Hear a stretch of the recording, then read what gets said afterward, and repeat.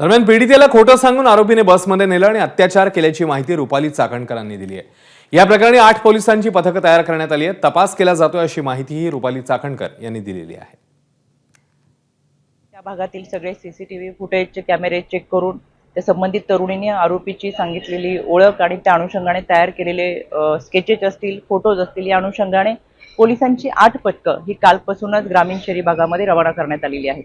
या घटनेचे CCTV footage पाहिल्यानंतर लक्षात येतं संबंधित तरुणी ही आरोपीशी बऱ्याच वेळ बोलताना दिसतीये आणि आरोपीने सांगितलं की मी तुला बस दाखवतो, माझ्यासोबत चल, आणि यामुळे ती तरुणी त्या आरोपी सोबत गेलेली आहे। मला महाराष्ट्रातल्या माझ्या सर्व लहान भगिनींना या निमित्तानं आव्हान करायचं आहे, कोणत्याही अनोळखी व्यक्तीवर विश्वास ठेवू नका।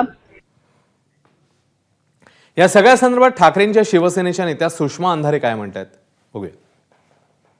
आजची घटना फक्त गंभीर नाही तर पुण्याच्या संस्कृतीला न शोभणारी आहे। या सगळ्या संबंधाने पुण्याच्या पालकमंत्र्यांनी यात लक्ष घालावं आणि पुणे पोलिसांचं नेमकं चाललंय काय यावर पालकमंत्र्यांनी निश्चितपणे त्यांना जाब विचारावेत अशी अपेक्षा आहे।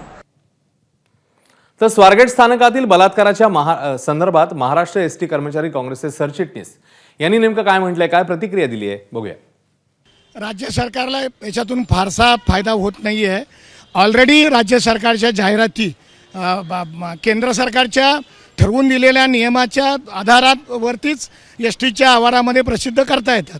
आता यांनी काय म्हणलं, या निविदेमध्ये मी वाचलं फक्त 15% जाहिराती त्यांची असणार, बाकी सगळ्या त्या कंपनी खाजगीच्या घेऊ शकतं। म्हणजे खाजगीला फायदा होण्यासाठी हे केलं आहे आणि त्यात एस टीचा कुठेही उल्लेख केलेला नाही। एबीपी माझा, उघडा डोळे बघा नीट।